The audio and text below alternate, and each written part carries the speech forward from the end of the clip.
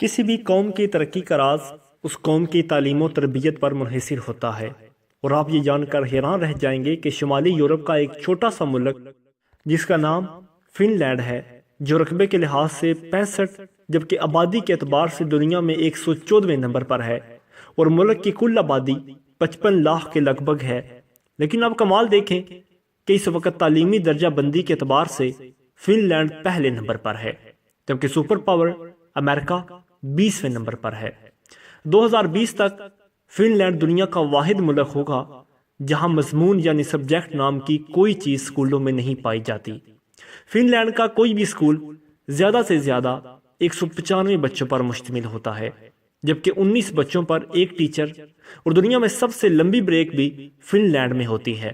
بچے اپنے school time کا 75 منٹ بریک میں گزارتے ہیں، جبکہ دوسرے نمبر پر 57 منٹ کی بریک نیو یارک کے اسکولوں میں ہوتی ہے۔ جبکہ ہمارے یہاں اگر والدین کو پتہ چل جائے کہ کوئی اسکول بچوں کو پڑھانے کی بجائے اتنی لمبی بریک دیتا ہے تو وہ اگلے دن ہی بچے اسکولوں سے نکلوا لیں۔ خیر، آپ دلچسپ بات ملاحظہ کریں کہ پورے ہفتے میں اسکولوں میں محض 20 گھنٹے پڑھائی ہوتی ہے، جبکہ ان ٹیچرز کے ہر روز 2 گھنٹے اپنی اسکلز بڑھانے پر صرف ہوتے ہیں۔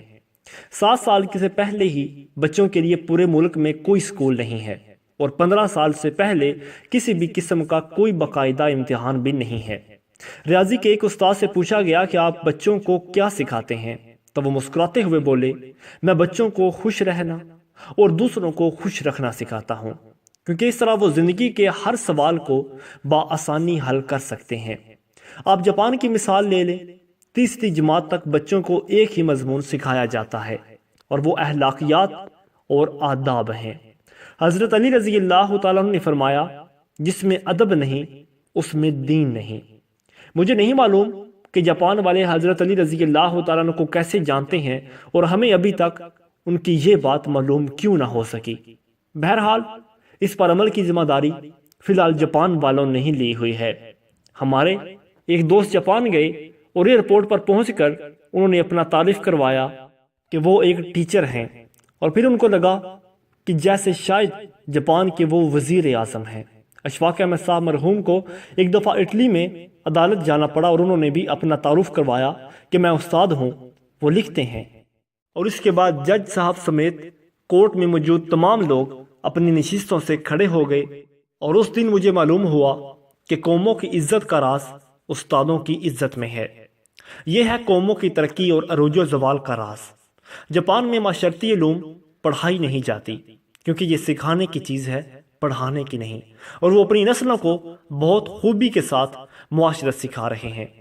جاپان کے اسکولوں میں صفائی ستھرائی کے لیے بچے اور اساتذہ خود ہی اہتمام کرتے ہیں۔ صبح 8 بجے اسکول آنے کے بعد 10 بجے تک پورا اسکول بچوں اور اساتذہ سمیت صفائی میں مشغول رہتا ہے۔ دوسری طرف اب ہمارا تعلیمی نظام ملاحظہ کیجئے، صرف نقل اور چھپائی پر مشتمل ہے۔ ہمارے بچے پبلشرز بن چکے ہیں۔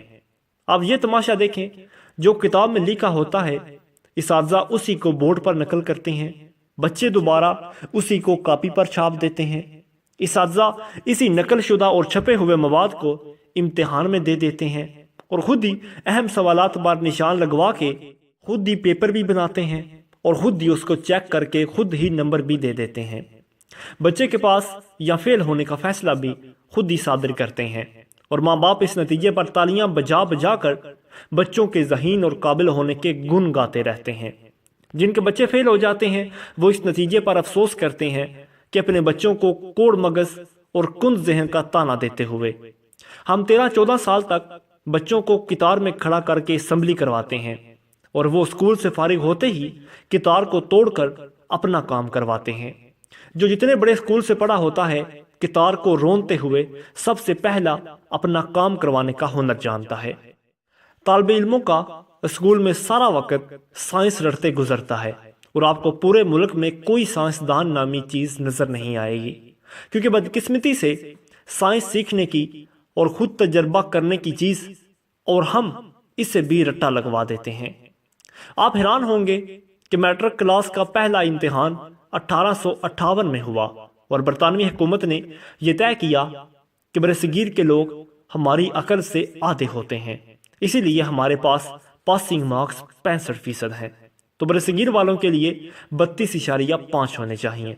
2 سال بعد 1860 میں اساتذہ کی آسانی کے لیے پاسنگ مارکس 33% کر دیے گئے، اور ہم میں بھی انہی 33 نمبروں سے اپنے بچوں کی ذہانت کو تلاش کرنے میں مصروف ہوتے ہیں۔ علامہ اقبال رحمۃ اللہ تعالی علیہ کے شعر کا یہ مصرع اس تمام صورتحال کی صحیح طریقے سے ترجمانی کرتا نظر آتا ہے کہ شاخ نازک پہ بنے گا جو آشیانہ، وہ ناپائیدار ہوگا۔